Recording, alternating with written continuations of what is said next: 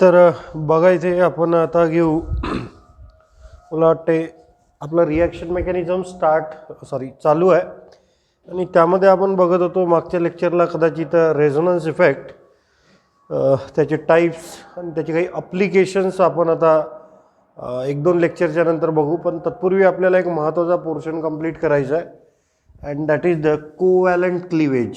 लक्षात घ्या काय म्हणतोय की कोवॅलंट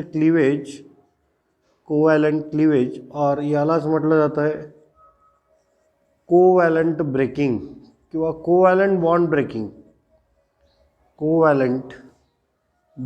ब्रेकिंग. आता हा जो पोर्शन आहे कोवॅलंट बॉन्ड ब्रेकिंग हा काही एवढा कठीण नाही आहे, इझी आहे थोडा. लक्षात घ्या. आता कोवॅलंट बॉन्डचं ब्रेकिंग कोणकोणत्या पद्धतीने होतं, अतिशय महत्त्वाची गोष्ट आहे, लक्षात घ्या. तर बघा कोवॅलंट बॉन्डचं जे ब्रेकिंग होतं आहे, कोवॅलंट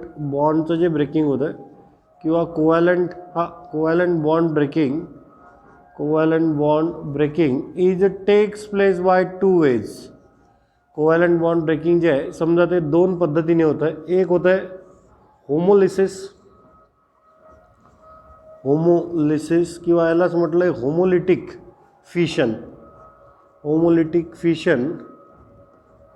फिशन और होमोलिसिस किंवा यालाच म्हटलं जातं आहे नॉन आयोनिक बॉन्ड ब्रेकिंग. हे तीन नावं जी आहे ते एकाच गोष्टीचे नाव आहे. Remember it. So you have to say what.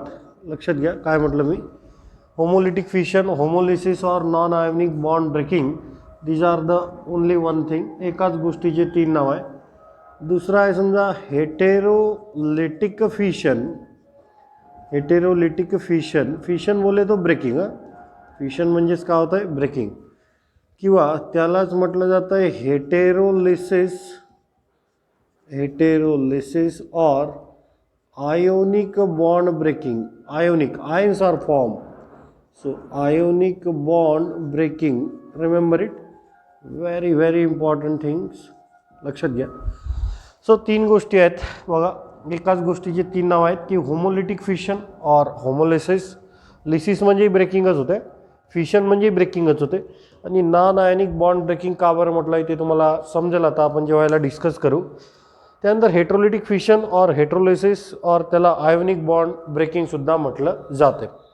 आता इथे जे हे कोवॅलंट बॉन्डिंगचं आपण क्लिवेज घेऊन राहिलो, ठीक आहे ना, त्यामधला पहिला आपण डिस्कस करू दॅट इज अ होमोलिटिक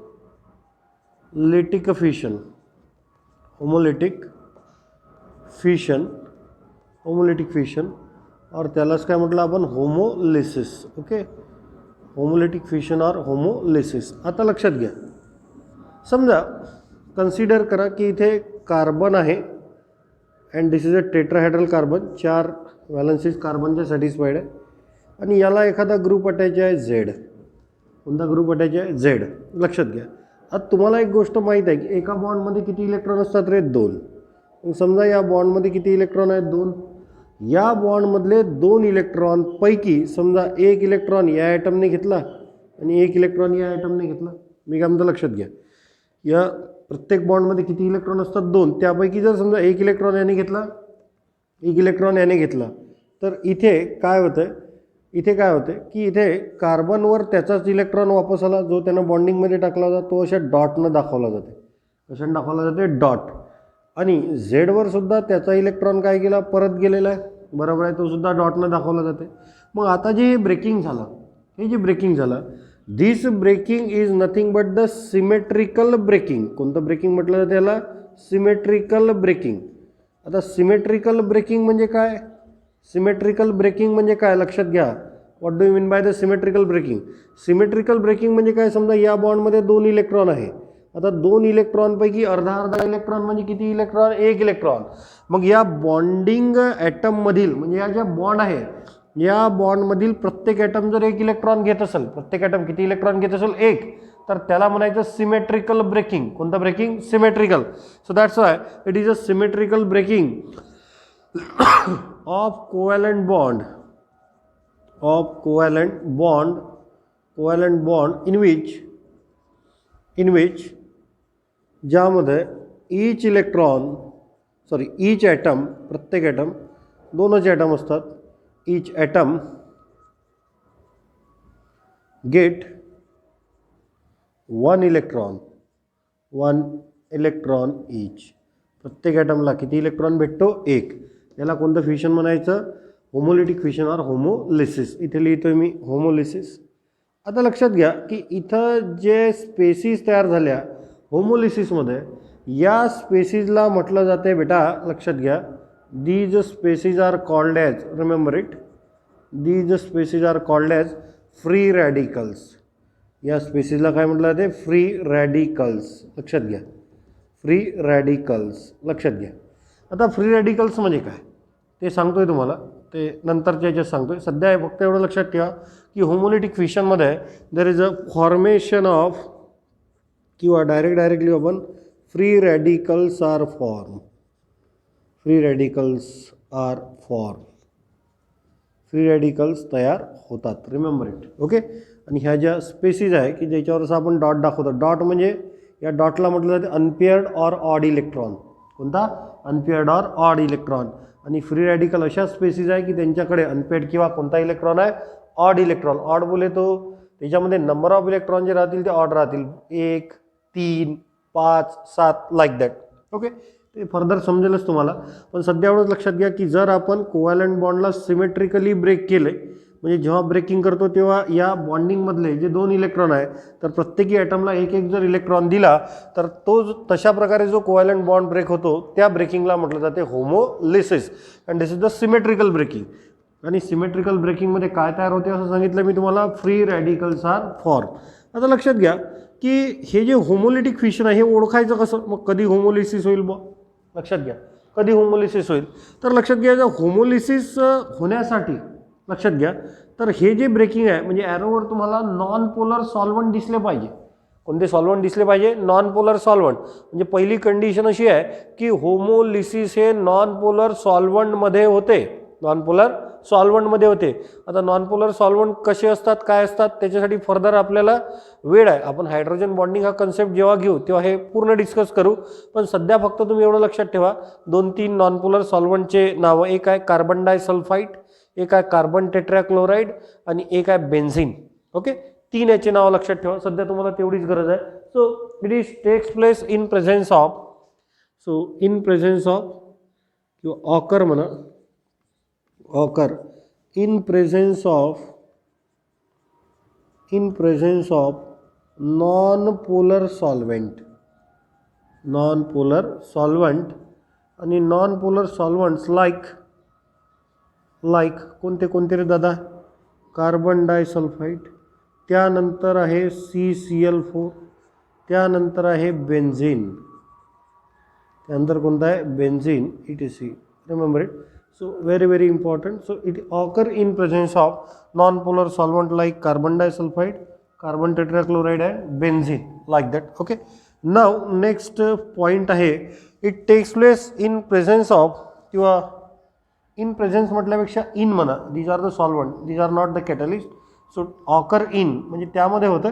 त्यानंतर नेक्स्ट पॉईंट सांगायचं आहे तुम्हाला की in presence of, लक्षात घ्या, it takes place in presence of, किंवा असं म्हणू शकतो आपण, it takes place in presence of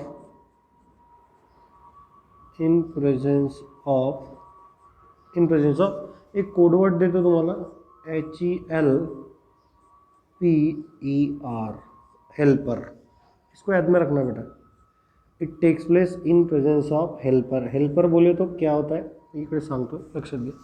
helper म्हणजे काय? याच्यातलं H म्हणजे होतं हीट म्हणजे हाय टेम्परेचर, असं म्हणा, हाय टेम्परेचर. आणि हे जे हाय टेम्परेचर असतं it is greater than or equal to 500 degree Celsius, जवळपास 500 डिग्रीच्या वर पाहिजे किंवा 500 डिग्री सेल्सिअस पाहिजे. H म्हणजे हाय टेम्परेचर. त्यानंतर E म्हणजे इलेक्ट्रिसिटी, इलेक्ट्रो केमिस्ट्रीमध्ये हे येईलच, इलेक्ट्रिसिटी.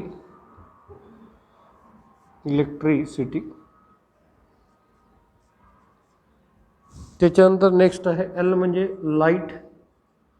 लाईट म्हणजे तुम्हाला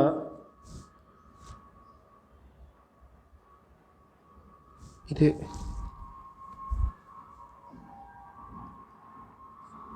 असं लिहा. ई म्हणजे इलेक्ट्रिसिटी, एल म्हणजे लाईट. लाईट म्हणजे इथं तुम्हाला सनलाईट लक्षात घ्या. सनलाईट और UV लाईट एच म्यू. त्याच्यानंतर हे बघा HEL झालं. त्यानंतर P म्हणजे होते परऑक्साईड. पी म्हणजे काय? परऑक्साईड, ज्यांच्यामध्ये OO लिंकेज असते. कोणतं linkage? O single bond O. आणि R म्हणजे होते रॅडिकल. दॅट इज रॅडिकलच्या प्रेझेन्समध्ये सुद्धा किंवा फ्री रॅडिकलच्या प्रेझेन्समध्ये सुद्धा ही रिॲक्शन होते. सो यू हॅव टू मग दॅट कोड वर्ड हेल्पर. ठीक आहे ना. So remember it. तर लक्षात ठेवा की it takes place in presence of high temperature. High temperature जर तुम्हाला ॲरोवर दिसत असेल 500 डिग्री सेल्सिअसच्या वरता, तर तुमची रिॲक्शन ही पर्टिक्युलरली कोणती रिॲक्शन राहील म्हणजे होमोलिसिस. किंवा इलेक्ट्रिसिटीच्या प्रेझेन्समध्ये जर रिॲक्शन होत असेल तर पर्टिक्युलरली होमोलिसिस. लाईटच्या प्रेझेन्समध्ये होत असेल that is a sunlight or UV light, then it is also the homolysis. And जर परऑक्साईडच्या प्रेझेन्समध्ये होत असेल तरीसुद्धा कोणतं लिसिस राहील ते इलेक्ट्रोलिसिस, होमोलिसिस. आणि आर म्हणजे रॅडिकलच्या प्रेझेन्समध्ये सुद्धा जर रिॲक्शन होत असेल तरीसुद्धा ती कोणती रिॲक्शन राहील बेटा? होमोलिसिस. लक्षात घ्या, महत्त्वाचं आहे. त्याच्यानंतर लक्षात घ्या की it is a vapour phase reaction. लक्षात घ्या, it is a vapour phase reaction. It is a vapour phase. आता वेपर फेज म्हणजे काय? वेपर फेज म्हणजे काय? वेपर फेज म्हणजे काय? आता इथे जो कंपाऊंड असतो ज्याच्यामध्ये आपण होमोलिसिस घडवून आणतो, समजा हा कंपाऊंड आहे होमोलिसिस, तर त्याला वेपर फेजमध्ये आणावं लागते. म्हणजे त्याच्या जनरली आपण म्हणू की त्याच्या वेपर्स आपल्याला अगोदर तयार करावे लागेल आणि त्यानंतरच तो होमोलिसिसमध्ये जाईल. अदरवाईज तो होमोलिसिसमध्ये जाणार नाही. तर मी पुन्हा एकदा रिपीट करून देतो आहे. आजच्या लेक्चरमध्ये आपण काय बघत आहे की how the covalent bond is break. Covalent bond हा कसा ब्रेक होतोय. त्यासाठी मी सगळ्यात पहिले तुम्हाला सांगितलं की it is break by the homolytic fission or it is a homolysis or त्यालाच नॉन आयोनिक बॉन्ड ब्रेकिंग म्हटलं जातं. आता why non ionic bond breaking? कारण का इथे कोणत्याच प्रकारचे पॉझिटिव्ह और निगेटिव्ह आयन तयार झाले का? नाही. So that's why this is a non ionic bond breaking. कोणतं bond breaking? Non ionic bond breaking. लक्षात घ्या. त्यानंतर आपण बघितलं की दुसरा टाईप जो आहे त्याची हेट्रोलिसिस और हेट्रोलिटिक फिशन और आयोनिक बॉन्ड ब्रेकिंग. तो आता डिस्कस करू आपण. मग त्यामधला पहिला घेतला आपण होमोलिटिक बॉन्ड फिशन और होमोलिटिक फिशन और होमोलिसिस. ठीक आहे ना. तर इथे काय होतं की समजा जो कार्बन आणि एखादा ग्रुप आहे त्याच्यामधला जो कोव्हॅलंट बॉन्ड आहे तर तो जर होमोलिटिकली ब्रेक होत असेल तर मग काय होतं की ज्या कोणताही बॉन्ड घ्या तुम्ही, कोणताही कोव्हॅलंट बॉन्ड, त्यामध्ये किती इलेक्ट्रॉन असतात? 2. त्या 2 इलेक्ट्रॉनमधला एक इलेक्ट्रॉन प्रत्येक ॲटम घेऊन घेते. प्रत्येक ॲटमनं इलेक्ट्रॉन घेतल्यानंतर तिथे ज्या स्पेसिस तयार झाल्या त्याला म्हटलं होतं आपण फ्री रॅडिकल. आणि जे होल प्रोसेस आहे, ही जी ब्रेकिंगची प्रोसेस आहे, त्याला म्हटलं होतं आपण होमोलिसिस. लक्षात घ्या. तर त्याला म्हटलं होतं आपण symmetrical breaking. Why we are called it as a symmetrical breaking? Symmetrical breaking याच्यासाठी म्हटलं आपण की इथे जे 2 इलेक्ट्रॉन आहेत ते दोन्ही ॲटम एक घेऊन राहिले. किती घेऊन राहिले? एक. So that's why it is called as symmetrical breaking of कोणता बॉन्ड? कोव्हॅलंट बॉन्ड, ज्यामध्ये प्रत्येक ॲटम किती इलेक्ट्रॉन गेट करते? 1. आणि फ्री रॅडिकल काय होतात? तयार होतात. त्यानंतर हे जे आहे हे ऑकर होते नॉन पोलर सॉल्व्हंटमध्ये. लाईक कोणते रे बा?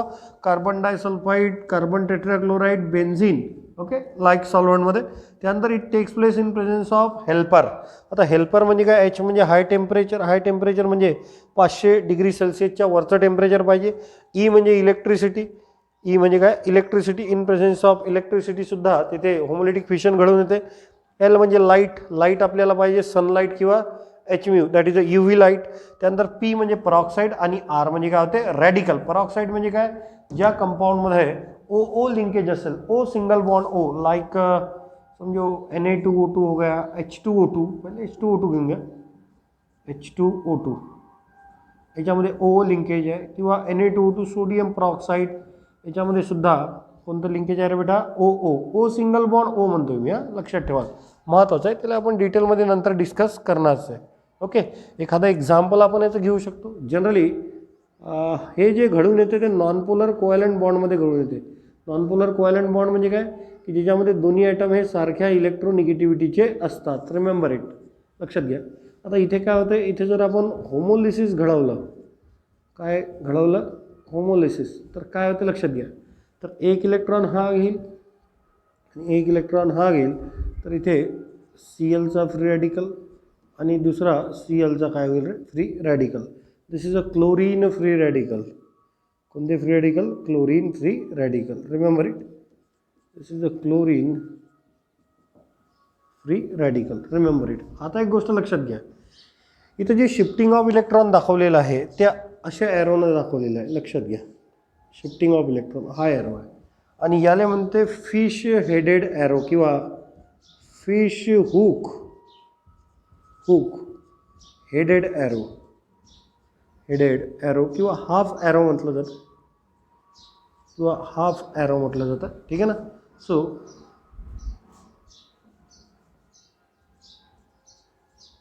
fish hook headed arrow, remember it.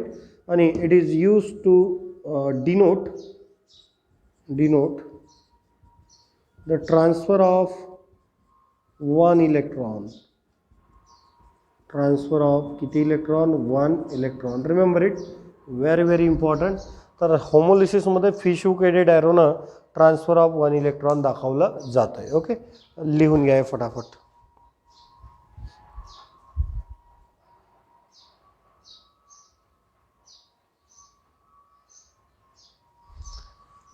Okay, बघा हे जर लिहिणं झालं असेल तर आपण नेक्स्ट घेऊ हेटेरोलिटिक बॉन्ड फिशन, हेटेरोलिसिस किंवा आयोनिक क्लिवेज और आयोनिक बॉन्ड ब्रेकिंग. सो याला आयोनिक बॉन्ड ब्रेकिंगपेक्षा हां ठीक आहे, चालते, असंही चालतं. Standard word non ionic cleavage लिहून घ्या आणि इथं आयोनिक क्लिवेज आणि इथं आयोनिक क्लिवेज. ओके, ठीक आहे. नाव आता आपण सेकंड घेऊ हेटेरोलिटिक बॉन्ड फिशन और हेटेरोलिसिस.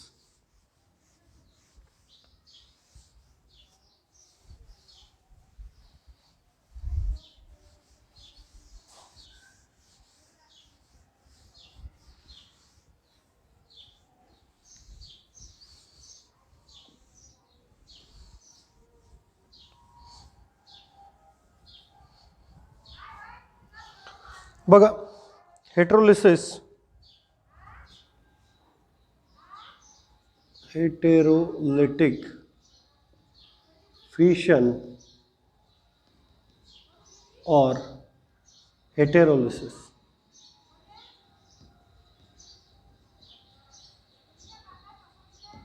हेटेरोलिसिस, आता what do you mean by that term heterolysis और हेटेरोलिटिक बॉन्ड फिशन. ठीक आहे ना, किंवा हेटेरोलिटिक फिशन. लक्षात घ्या, समजा कन्सिडर करा की इथे कार्बन आहे, याला एखादा ग्रुप अटॅच आहे, पुन्हा त्याला म्हणू आपण एक्स म्हणू आता. ठीक आहे ना, एक्स नावाचा ग्रुप. पुन्हा हा जो कोव्हॅलंट बॉन्ड आहे, तर कोणताही कोव्हॅलंट बॉन्ड जो आहे तो शेअरिंग ऑफ इलेक्ट्रॉननं तयार होते. त्यामध्ये एक इलेक्ट्रॉन या आयटमचा राहील, एक इलेक्ट्रॉन या आयटमचा. त्यामध्ये नंबर ऑफ इलेक्ट्रॉन किती असेल, 2. बरोबर आहे. इन केस समजा इलेक्ट्रोनिगेटिव्हिटी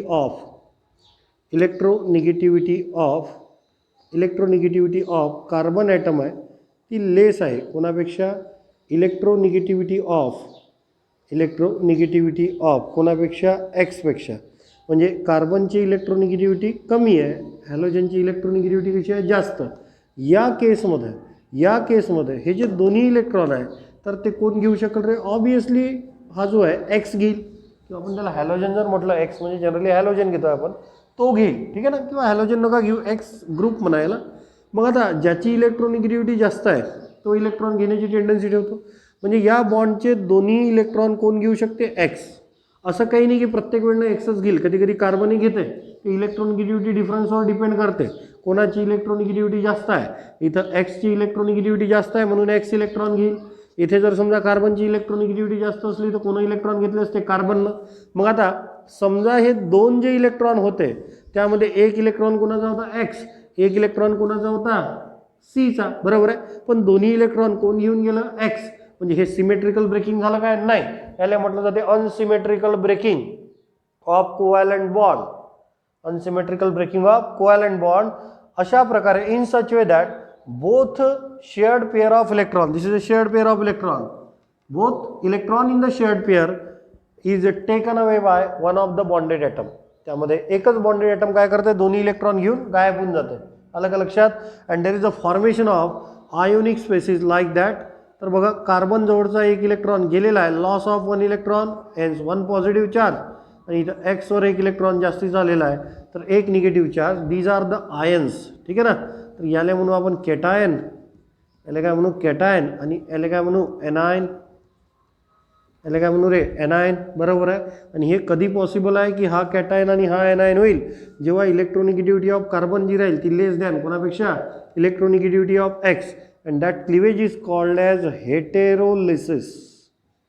त्या क्लिवेजला काय म्हटलं जाते? Heterolysis. Remember it. Okay. So that's why you have to say the unsymmetrical breaking of. पुन्हा एकदा सांगतो, लक्षात घ्या काय म्हटलं आहे? Unsymmetrical breaking of. लक्षात घ्या काय म्हणतोय? Unsymmetrical breaking of covalent bond. कोणता bond? Covalent bond. In such way that. लक्षात घ्या, unsymmetrical breaking of covalent bond in such way that. लक्षात घ्या, in such way that both electron of the shared pair, both electron of shared pair taken away by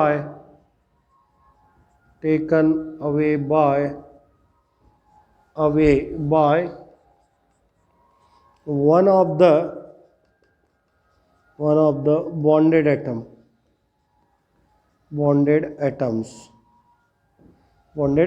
लक्षात घ्या.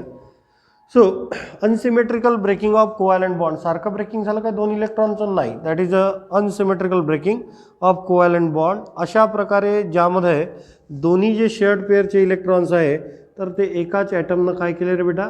घेऊन गेलेलं आहे. आणि अशा प्रकारच्या ब्रेकिंगला काय म्हणायचं रे? हेटेरोलिसिस. ठीक आहे ना? सो इन हेटेरोलिसिस, लक्षात घ्या, in heterolysis ions are form. लक्षात घ्या, किंवा आयोनिक स्पेसिस म्हणू शकतो आपण. Ionic species, that is a cation and anion are formed. Cation and anion are form. म्हणजे कॅटायन आणि एनायन काय होतात? तयार होतात. रिमेंबर इट की in heterolysis cation and anion are form. त्यानंतर नेक्स्ट पॉईंट सांगायचा आहे तुम्हाला याच्यामध्ये. Next point. सो लक्षात घ्या, it takes place in polar solvent. It takes place किंवा ऑकर इन असं म्हणा. सेम पॉईंट लिहा. ऑकर इन कोणता सॉल्वंट रे? Polar solvent. कोणता solvent? Polar solvent. Like polar solvent कोणते कोणते आहे? वॉटर आहे, त्यानंतर अल्कोहोल आहे, त्यानंतर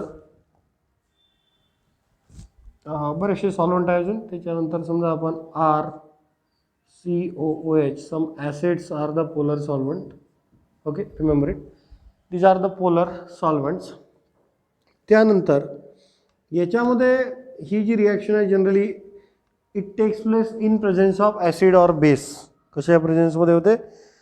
acid or base. So generally it takes place in presence of acid or base.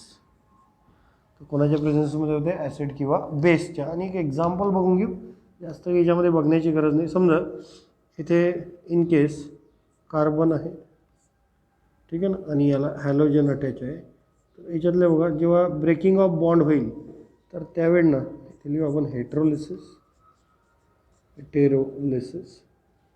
तर हे दोन्ही इलेक्ट्रॉन कोण घेईल? हॅलोजन. कारण इथे electronegativity of chlorine greater than electronegativity of carbon. Okay, remember it. That's why chlorine electron घेऊन घेईल. There is a formation of कार्बनवर कोणता चार्ज रे पॉझिटिव्ह आणि CL वर कोणता चार्ज रे निगेटिव्ह. Remember it. तर पुन्हा एकदा रिपीट करून देतोय मी काय म्हटलं आहे. आपण आता बघतोय हेट्रोलिटिक फिशन ऑर हेट्रोलिसिस. त्यामध्ये म्हटलं आपण की जो कोव्हॅलंट बॉन्ड आहे तो अशा रीतीनं ब्रेक होते की दोन्ही जे शेअर्ड पेअरचे इलेक्ट्रॉन आहे दिस इज द शेअर्ड पेअर. कारण एक इलेक्ट्रॉन या आयटमचा एक इलेक्ट्रॉन म्हणजे या आयटमचा सुद्धा किती इलेक्ट्रॉन आहे याच्यात एक. So this is a shared pair of electron. ती शेअर्ड पेअरचे दोन्ही जे इलेक्ट्रॉन आहे तर एकच बॉन्डेड आयटम घेऊन जातोय आणि अशा पर्टिक्युलरली ब्रेकिंगला म्हटलं जातं हेटेरोलिटिक फिशन. त्यानंतर याच्यामध्ये आयोनिक स्पेसिस तयार होतात. तुमच्या डोळ्यासमोरच आहे कॅटायन आणि काय तयार झालेले आहे एनायन. Remember it. त्यानंतर म्हटलं आपण की हे ऑकर इन पोलर सॉल्वंट. हे कशामध्ये होते पोलर सॉल्वंट लाईक वॉटर झाला अल्कोहोल झाला किंवा कार्बॉक्झिलिक ॲसिड हा रेअरली यूज केला जातं आहे. ते फर्दर येणारच आहे तुम्हाला. त्यानंतर हे टेक्स प्लेस होते in presence of acid or base. ते सुद्धा नंतर समजेलच तुम्हाला. आपण मेकॅनिझम जसं या रिॲक्शन मेकॅनिझममध्ये समोर जाऊ. हे one of the classic example आहे. Okay remember it. लिहून घ्या फटाफट.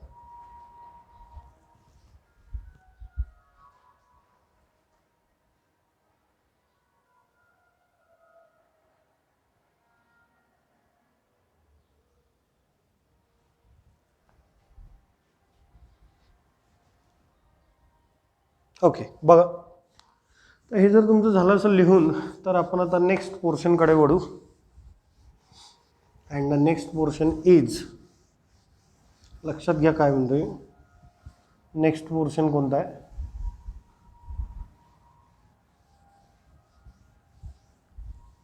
लक्षात घ्या. तर नेक्स्ट पोर्शन आहे आपल्याकडं that is a carbon free radical.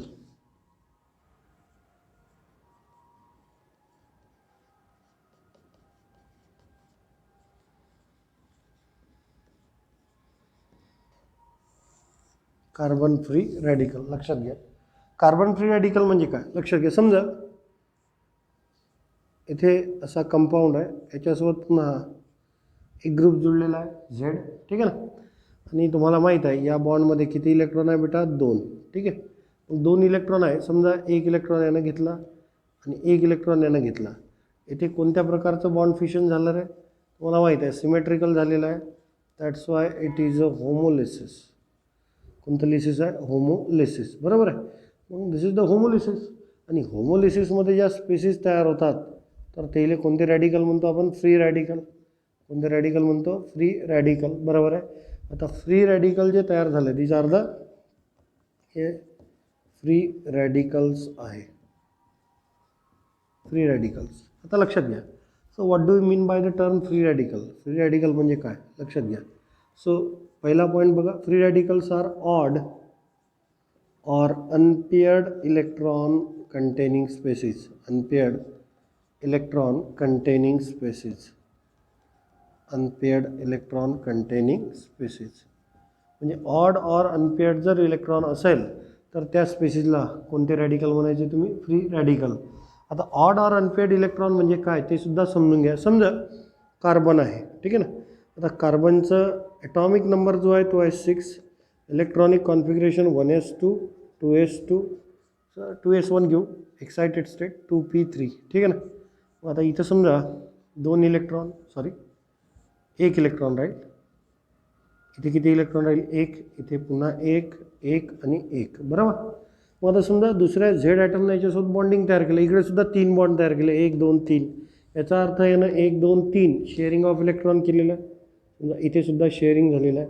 इथे सुद्धा शेअरिंग झालेलं आहे. इथे सुद्धा शेअरिंग झालेलं आहे. आणि इथे सुद्धा झेड ॲटमचं शेअरिंग झालेलं आहे. इथे समजा झेड आहे आणि इथं बाकीचे बॉन्ड तयार केलेले आहे. मग आता जेव्हा हा बॉन्ड तुटेल लक्षात घ्या. जेव्हा हा बॉन्ड तुटला तर याच्या हे जे 2 इलेक्ट्रॉन आपण दाखवले ते समजा हे इलेक्ट्रॉन आहे कन्सिडर करा सी आणि झेड बॉन्डमधले. त्यामधला समजा एक इलेक्ट्रॉन झेड घेऊन गेला. याच्याकडे किती इलेक्ट्रॉन उरला रे अशा प्रकारचा एक. बॉन्ड तुटल्यानंतर तसा नाही. बॉन्ड तुटल्यानंतर याच्याकडे किती इलेक्ट्रॉन उरले 1. बरोबर आहे. किती इलेक्ट्रॉन उरला 1. त्यामुळे इथे लक्षात घ्या काय म्हणतोय. तर हा जो इलेक्ट्रॉन 1 उरलेला आहे याला म्हटलं जाते odd or unpaired electron. Odd or कोणता इलेक्ट्रॉन, अनपेअर्ड इलेक्ट्रॉन. परंतु इथे एक कन्फ्युजन होते तुम्हाला की समजा सर कार्बन तसाच घेतला आपण कोडला, ठीक आहे ना, इथं 1s2 आहे, 2s1 आहे, 2p3 आहे. समजा इथं 2 इलेक्ट्रॉन आहे, इथं नॉन बॉन्डिंगवाले इलेक्ट्रॉन आहे. इथं समजा 1 इलेक्ट्रॉन आहे आणि इथं किती इलेक्ट्रॉन आहे, समजा 1 2 3, बरोबर आहे.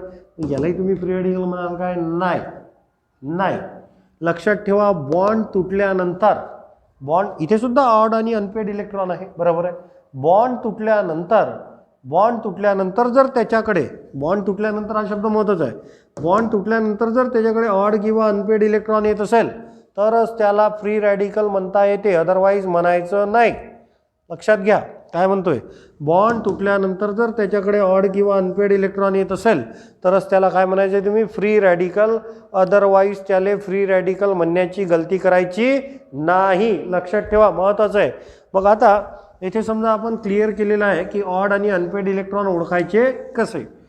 मग आता इथे odd or unpaired electron containing species are called as कोणते रॅडिकल रे बा, फ्री रॅडिकल. आता त्याचं स्ट्रक्चर बघू. जनरली या फ्री रॅडिकलचं जे स्ट्रक्चर आहे ते अशा प्रकारचं असतं.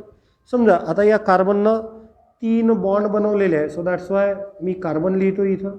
हा एक सिग्मा बॉन्ड, हा सुद्धा एक सिग्मा बॉन्ड, हा सुद्धा एक सिग्मा बॉन्ड, बरोबर आहे. दिस इज अ सिग्मा बॉन्ड, लक्षात घ्या.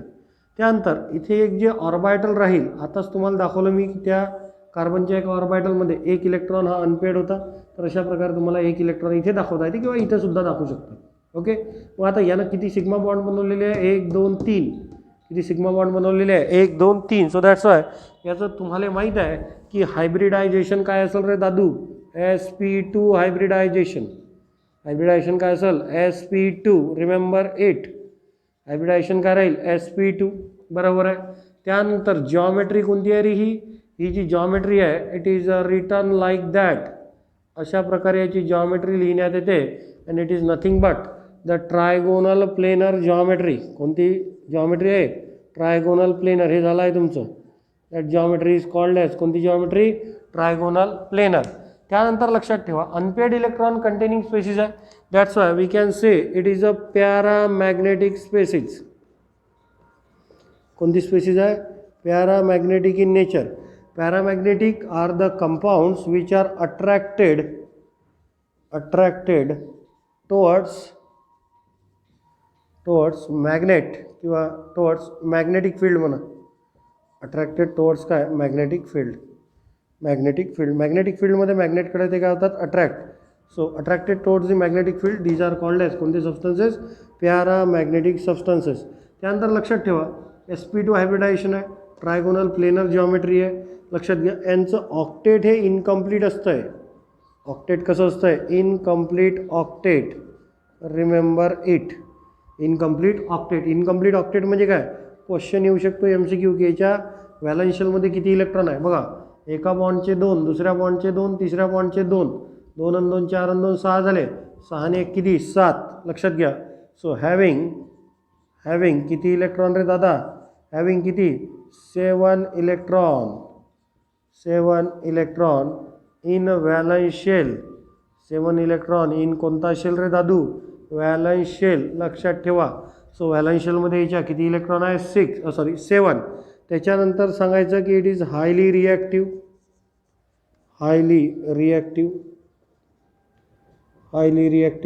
रिॲक्शनमध्ये अतिशय लवकर टेक पार्ट करतात. That's why these are called as कोणते रिॲक्टिव्ह, हायली रिॲक्टिव्ह. त्यानंतर सांगायचं आहे की हायली अनस्टेबल. हायली कसे असतात हे, unstable. Remember it, these are highly unstable. हा एक महत्त्वाचा पॉईंट आहे. आणि त्याच्यानंतर रिॲक्टिव्ह आहे तर अनस्टेबल राहीलच, ठीक आहे ना. त्यानंतर नेक्स्ट पॉईंट सांगायचा आहे तुम्हाला की behaves as an electrophile. Remember it, behaves as and